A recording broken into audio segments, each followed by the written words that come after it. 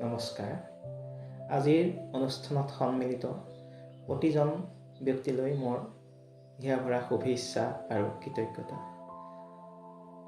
আজি মই মোৰ জীৱনৰ শাৰীৰিক সফলতাৰ লগতে মোৰ জীৱনৰ সৰ্বাংগীন উন্নতিত সফলতাৰ মুখ দেখিবলৈ সক্ষম হোৱা এটি বিশেষ কাহিনী মই আপোনালোকৰ আগত শ্বেয়াৰ কৰিবলৈ আহিছোঁ। মই দীৰ্ঘদিন ধৰি মোৰ কিছু শাৰীৰিক অসুস্থতাত মই ভুগি আছিলোঁ।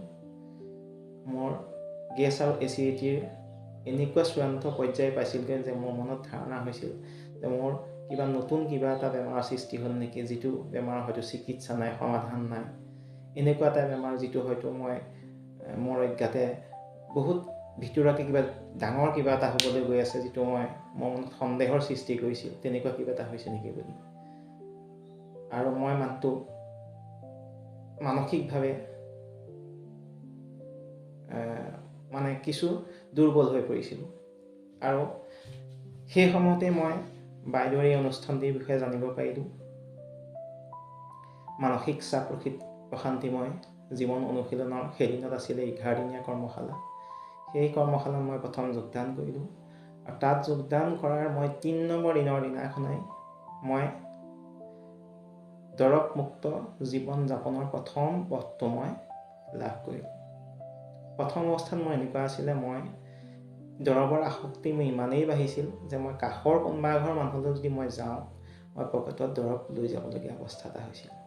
বিয়া বাৰু, সকাম নিকাম এইবিলাকতো মই বাদেই দিছিলোঁ। আৰু এই অনুষ্ঠানৰ জড়িত হোৱাৰ 3 নম্বৰ দিনাখনেই মোৰ যেতিয়া মই সিদ্ধান্ত লৈছোঁ যে মই এটা দৰৱমুক্ত জীৱন যাপন কৰিবলৈ মই সক্ষম, মই পাৰিম আৰু মই পাৰিছোঁ, আৰু আজি মই এটা দৰৱমুক্ত জীৱন যাপন কৰিছোঁ।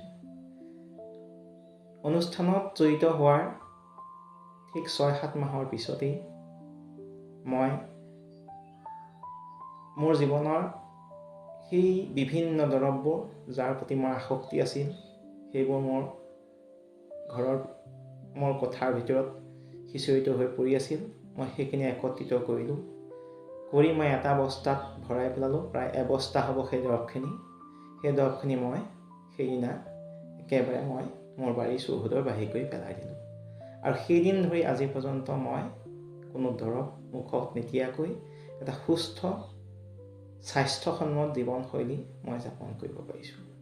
আশা কৰোঁ আপোনালোকেও মোৰ দৰেই এই অনুষ্ঠানৰ মাধ্যমেৰে আমাৰ যি শাৰীৰিক আৰু মানসিক অনুশীলনৰ যি ব্যৱস্থা আছে, তাত আপোনালোকে জড়িত হৈ নিজৰ এটা সুস্থ জীৱন যাপন কৰিবলৈ সক্ষম হ'ব। শেষত সকলোলৈকে বহুত বহুত শুভেচ্ছা, কৃতজ্ঞতা আৰু ধন্যবাদ।